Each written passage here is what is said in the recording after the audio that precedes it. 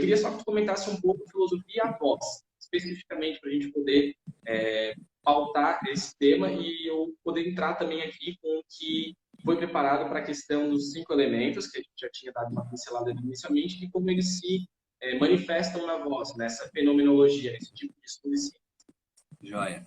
Em relação à questão de filosofia, do tempo que surgiu e tudo mais, a primeira coisa que nós temos que considerar é pensar que, pelo menos no calendário atual, né, quando a gente pensa antes de Cristo, depois de Cristo, isso é também uma linha divisória de quando que a gente tinha culturas politeístas, tem mais de um deus, né? Pensa os gregos, os indianos, né? Os hindus, tá dizendo? Egípcios e por aí vai, certo? Do antes de Cristo para trás. O fone tá ruim de falar hoje. E a partir do momento que a gente tem essa divisão de depois de Cristo, a gente tem aí um domínio, pelo menos no Ocidente, mas esse domínio foi tentado também no Oriente, da Igreja Católica, certo? E aqui, galera, para quem acredita, para quem não acredita, para quem é ateu, para quem é, enfim, não importa no que você acredita. A questão aqui que eu estou falando é da história da Igreja. Se Deus existe, se não existe, isso aí é discussão para outro momento.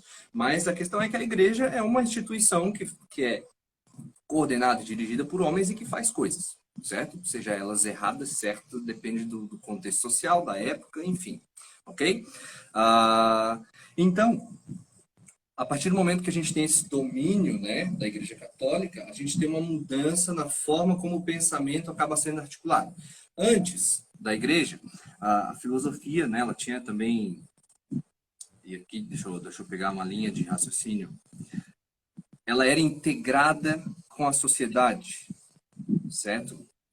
Hoje a gente enxerga mais ou menos assim: ciência, filosofia, religião, né? Ciência, filosofia e religião é separado, certo? A filosofia é separada da religião, a filosofia é mais próxima da ciência, mas ainda se separa em algumas questões.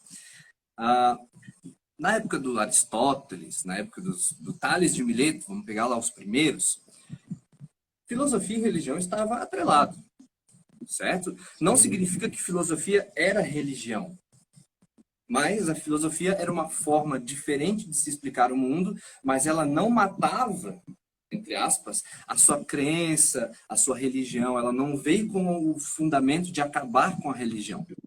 Tá?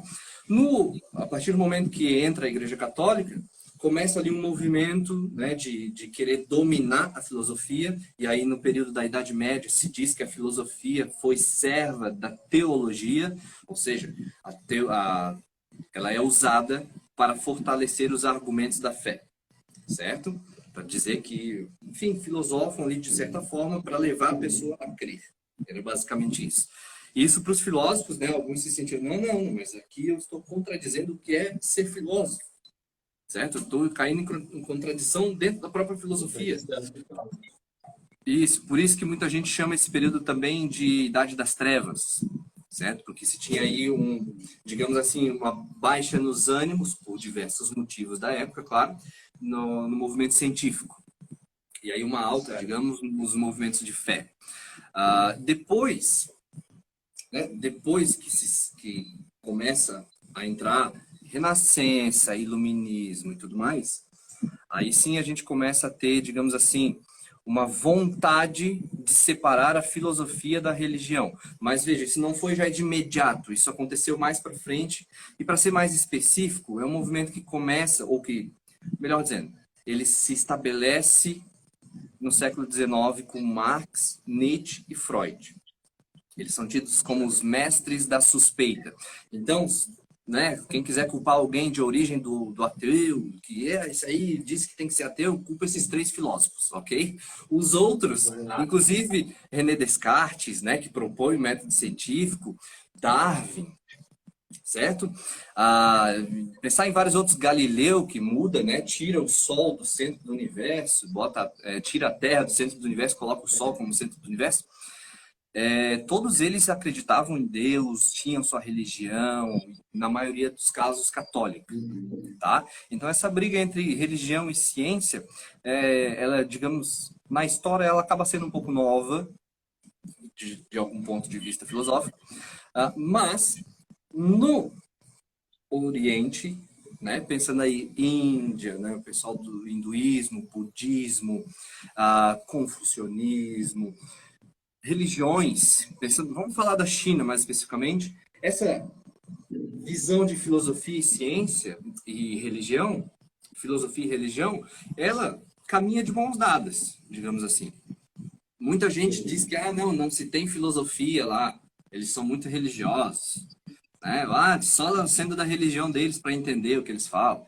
Tem umas coisas assim que, obviamente, que é sem embasamento nenhum que se fala isso, porque isso é quase que um senso comum, ou melhor, acaba sendo um senso comum em relação ao pensamento asiático, né? E oriental. Mas, né, eles conseguem lidar melhor com isso. Mas, né, uma coisa que é importante da gente considerar é essa separação que a gente tem e que para eles, eles conseguem lidar muito bem. No Oriente a gente tem as três grandes bases, vamos dizer assim, filosóficas, né? Seria o confucionismo, o taoísmo e o budismo. Para algumas pessoas, inclusive, eles relatam que o confucionismo ou o taoísmo ele não entra como religião, mas sim como uma filosofia. Para outras é uma religião e não uma filosofia, mas para um chinês é um método de vida que pode ser interpretado como filosofia, como religião, para quem queira interpretar dessa forma. É mais uma visão de mundo e uma forma de pensar o planeta, digamos assim, e aquele meio em que eles estão inseridos.